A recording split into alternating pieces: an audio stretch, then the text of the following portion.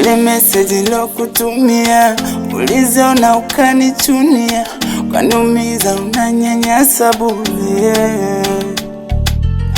Nafsi yangu inakukimbia, moyo wangu unang'ang'ania, unaniumiza, unanionea bure.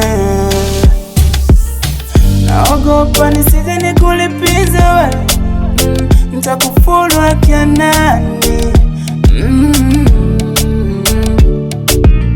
Siku kutwa na muomba Mungu aniepushe na hii hali. Na hizi siku sawa, wale unitendeayo, tenda chema wendo dawa.